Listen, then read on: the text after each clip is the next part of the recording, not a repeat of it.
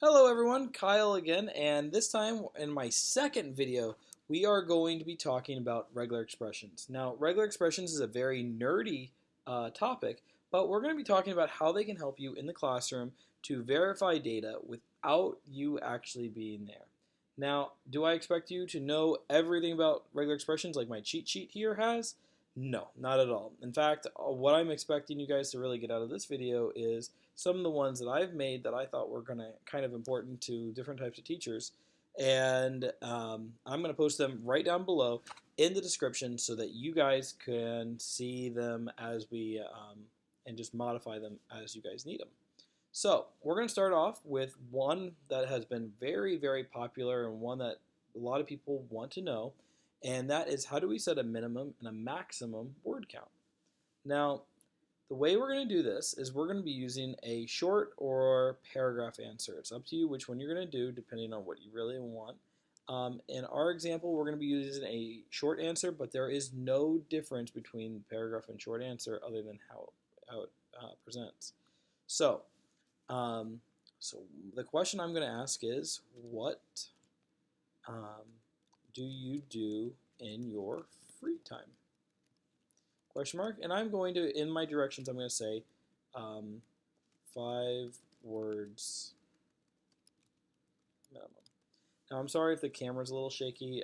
I've been exiled out of my office, only because the TV's on. So now we're going to go to data validation, and in here, you're going to see that you do have text, and you have it contains and like email. Actually, I'm not going to do the email one now that I saw that. But you can also do length. Now, length, unfortunately, doesn't give you a word count. They give you a maximum character count and a minimum character count. And that's not really going to help us at all. Because you can kind of guess, okay, every word's about 5 letters long, but it won't truly give you the amount of words. So the way we're going to do this is we're going to do regular expression. Now I wanted to see one thing here. It contains, doesn't contain. Okay, easy. So we're going to do regular expression. And in here we're going to do matches. Now in the regular expression matches, we need to create a pattern. Now that's where the regular expressions cheat sheet, and if you really want to dive into it, there's tons of great YouTube videos out there. There's kind of great websites to learn. I self-taught myself this subject over 10 years ago. So it's a really, really cool, fascinating topic. Now, the way you're going to use it is you're just pretty much going to copy what I put down below and modify it. But I want to explain what they actually do. So we have this caret, and inside this caret is going to be the start of our regular expression. So we have the caret, and then we have a parentheses, and I have a cheat sheet below. That's why I'm looking down every so often. And we have in the brackets, we're going to see what we're allowing. The slash S means every non-white space character. Now, what a white space character is a tab, a space, enter. So everything you really can't see or gives white space. Everything other than that is a non-white space character. So we're looking at the capital S is a non-white space character, which means it's a letter or character symbol, and the plus means one or more times. Again, you don't really need to know it, but that's kind of important. So the way that this is structured is we're going to have some letters, numbers or symbols, followed by some spaces, and we need to have that particular pattern 4 or more times, and that's the way we write that. Make sure you don't put a space in between the comma and that they all have to be exactly typed exactly like this. That's why copy and paste is our friend. Now we're going to take this pattern here again, and I've only put 4. Well, I need a last character, but the last character doesn't necessarily have a space at the end. Now I am going to be putting, it can have 0 or more spaces, so this way if there's a trailing white space character, the students don't flip out saying, hey, I don't know what's going on. And in fact, I'm going to be, in this particular example, I am going to put leading white space as well in the pattern. This way, If they put spaces in the beginning, it's okay.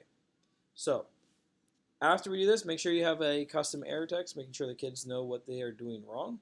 So we are going to do, you must type 5 words at least.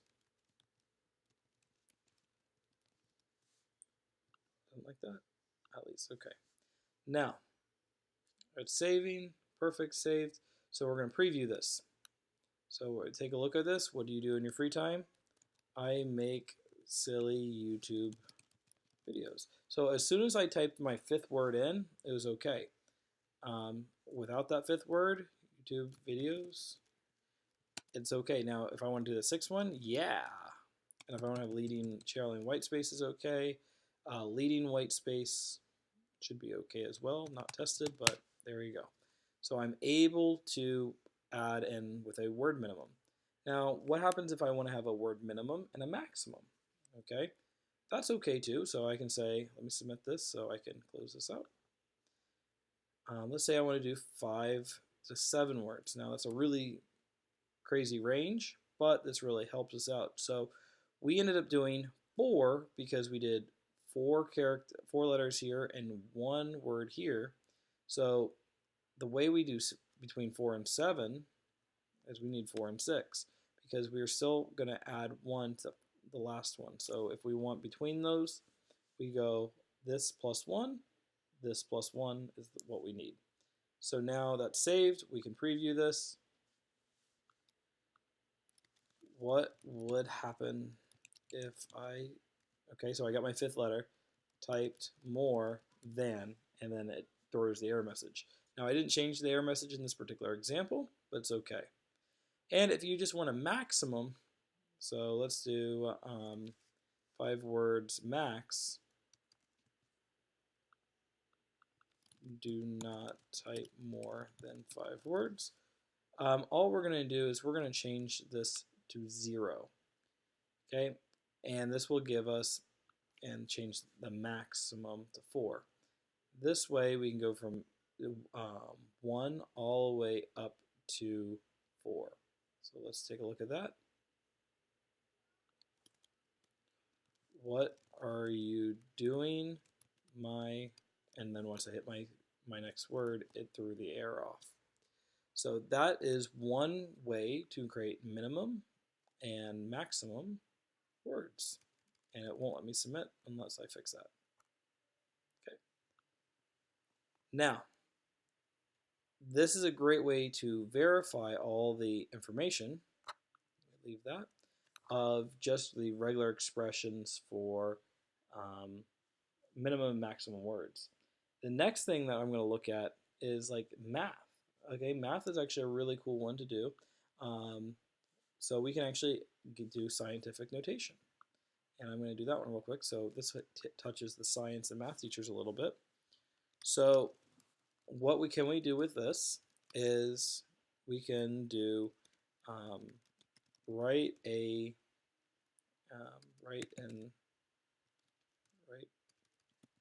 number and scientific notation. Okay, so I know I kind of butchered that particular sentence. Let me add another question so I can zoom up a little bit. Now, again, we're in short answer, and we're going to go to data validation, and we're going to come over here and do regular expression. And this particular time is we want a particular pattern. So we want a number, and the way scientific notation is, it's going to have only 1 digit here. If they put 2, that's actually wrong. And we're going to do with a accuracy, I can't remember my terms at all, of 3 decimal places. Okay, so I'm actually going to use the pound sign for number, x, 10, caret, and then I want another number in here to tell what's going on. So I want all my patterns to look like this. Now, you can modify this to be more or less significant figures. There you go, I figured it out. So what you guys will do for this is we're going to put our caret here, and inside we know that we're going to need to start with a number between 0 and 9. Okay, So once we have a number between 0 and 9, doesn't matter what, we're going to have a period. And in between that particular period, we're going to have another set of numbers, 0 to 9. But this time, we are going to have exactly 3. Okay? We're going to follow that up by a space, an X, a space, a 10, a caret. A caret's going to be a little bit funky because we use it as a command here. So we have to put a backslash there. And then we're going to put in 0 to 9. And it's going to need to be done one or more times, so we put the plus. That's our scientific notation. Okay, and make sure you close everything out. Okay, and that should be your scientific notation. Let me just test this out. And we have 3.223 x 10 caret a number. Now this one doesn't follow leading spaces, but again, we could use the same particular method for it. And at the end, put the slash lowercase s with the star, and that would allow it to support. Now I'll have to refresh this particular window for it to do it, but it's okay. And if I forget a significant figure, it reminds me that, hey, I need to put this 3 digits in this. So it won't let them keep on going until they have done it correctly. So it's kind of like guiding them a little bit, especially with like homeworks and turning that in. It's like, okay, I need to get practice writing it correctly, opposed to having to correct it when you get back in class. The last one I was actually planning on doing was email, and I actually saw that you could actually look at how email is done. So enter your email, and if I just come in here and do short answer, and again go to data validation, and I go to text, I can check to make sure it's an email, a URL. So I can do an email address there. But if we want to make sure that they're using an OCPS email address or making sure they're using their student one, we can do enter your school email address. We can come over here and do a short answer. And then we're going to do data validation. And we know for a fact that all of our students have an email address that has 10 numbers. So we're going to go from 0 to 9, and it's going to have exactly 10 numbers. They're never less, never more. And we're going to do at, and we all know they end with students at ocps.net. Enter your OCPS email address. And this would be a really cool way to obtain a lot of your students' email addresses automatically with this particular extension. This way you can create a spreadsheet in which eventually you can do like a mail merge and actually communicate via email that way if you like. But this is a very easy way to force your students to type in their email address.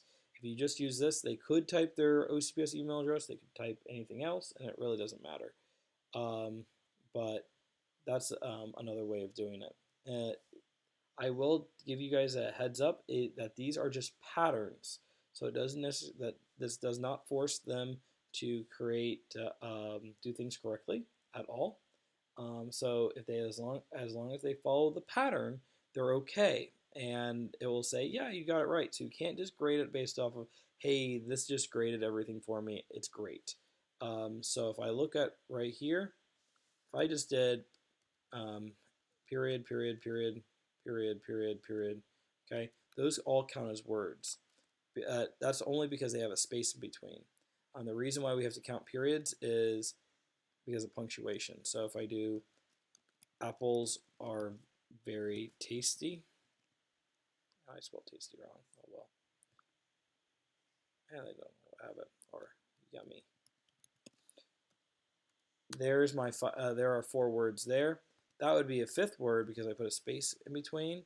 And you'll still have to catch that manually yourself. But those become very obvious errors when you're actually grading and looking at this particular set. So hopefully this helped a little bit. If you guys have any questions, put them in the comments. I'll be more than happy to help you guys out with there. It helps me track a little bit more. And if there's anything else you would like to see, let me know, and I'll be more than happy to look at to see if I know how to do it. And if I do, I'll post it here. Pretty easy. Thanks for watching, and have a great night.